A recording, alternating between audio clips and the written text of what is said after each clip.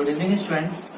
Welcome back again in your online science classes, and this is science for class 7. Students, we were discussing the chapter 2 nutrition in animals.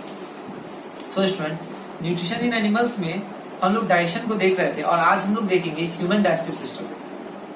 The human digestive system consists of the alimentary canal and its associated glands.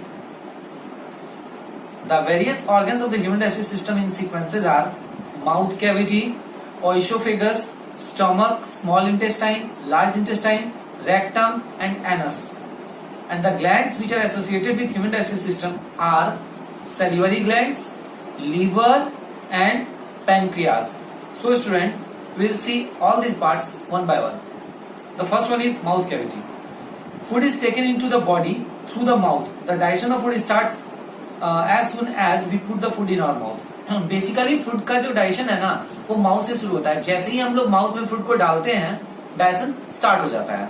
Okay, हमारे mouth में क्या होता है, teeth होते हैं, टंग होते हैं और सैलिवरी ग्लैंड्स होते हैं. ये सारे जो ऑर्गन्स हैं ये मिल करके डाइजेशन में हेल्प करते हैं. If we talk about teeth helps in chewing, tearing, tearing to food particles. Food particles को छोटे छोटे पार्ट में टीयर करना, उनको बाइट करना, उनको कट करना, उनको च्यू करना, ठीक है, उनको ग्राइंड करना, ये सारा काम टीथ करते हैं. बेसिकली हमारे माउथ में टोटल 32 टीथ होते हैं, बट इनिशियली हमारे माउथ में 20 टीथ होते हैं जिन्हें हम लोग मिल्क टीथ कहते हैं.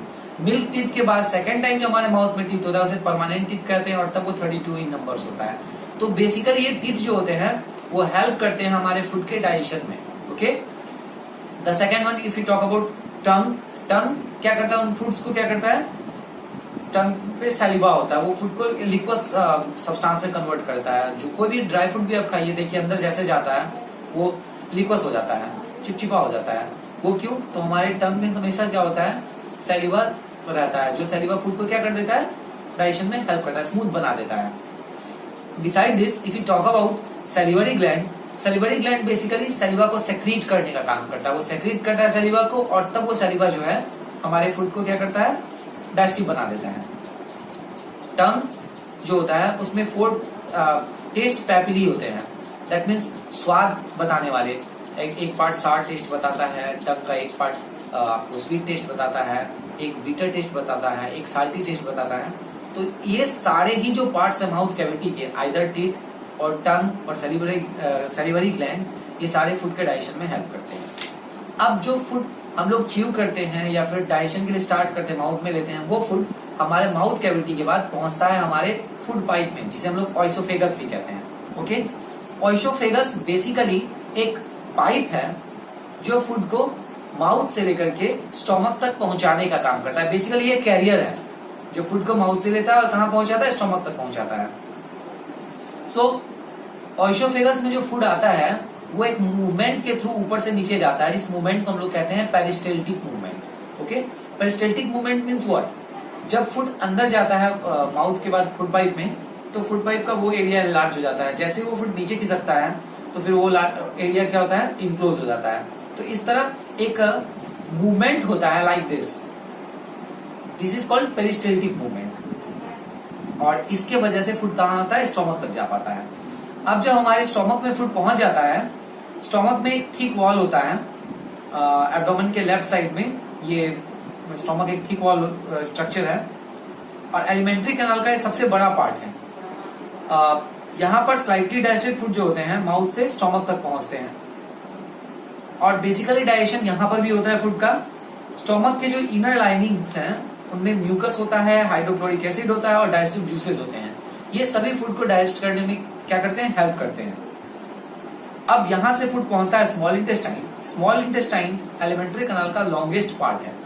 ये अबाउट 6 to 8 मीटर लॉन्ग होता है. आपके बुक में 7.5 मीटर लेंथ दिया हुआ है, तो 6 to 8 के बीच होता है इसका लेंथ. ये काफी लंबा होता है, इसलिए इसका जो ट्यूब होता है वो काफी नैरो होता है. ये कॉइल्ड स्ट्रक्चर होता है हमारे बॉडी में. बेसिकली हमारे फूड का जो कंप्लीट डाइजेशन है वो स्मॉल इंटेस्टाइन में ही हो जाता है. ओके, अब स्मॉल इंटेस्टाइन में जब हमारा फूड कंप्लीटली डाइजेस्ट हो जाता है, फिर उसके बाद कुछ अनडाइजेस्टेड फूड जो होते हैं वो बच जाते हैं हमारे स्मॉल इंटेस्टाइन स्टोमक में। वो अनडाइजेस्टेड फूड कैरीड अवे हो जाते हैं स्मॉल इंटेस्टाइन से लार्ज इंटेस्टाइन में। उन अनडाइजेस्टेड फूड से भी अगेन एक बार जो लिक्विड सब्सटेंस है, वाटरी सब्सटेंस है, उसका एब्जॉर्प्शन हो जाता है, और तब जो रेस्ट, जो बिल्कुल रेसिड्यू पार्ट होते हैं, वो लार्ज इंटेस्टाइन से पहुंच जाते हैं कहा? रेक्टम में।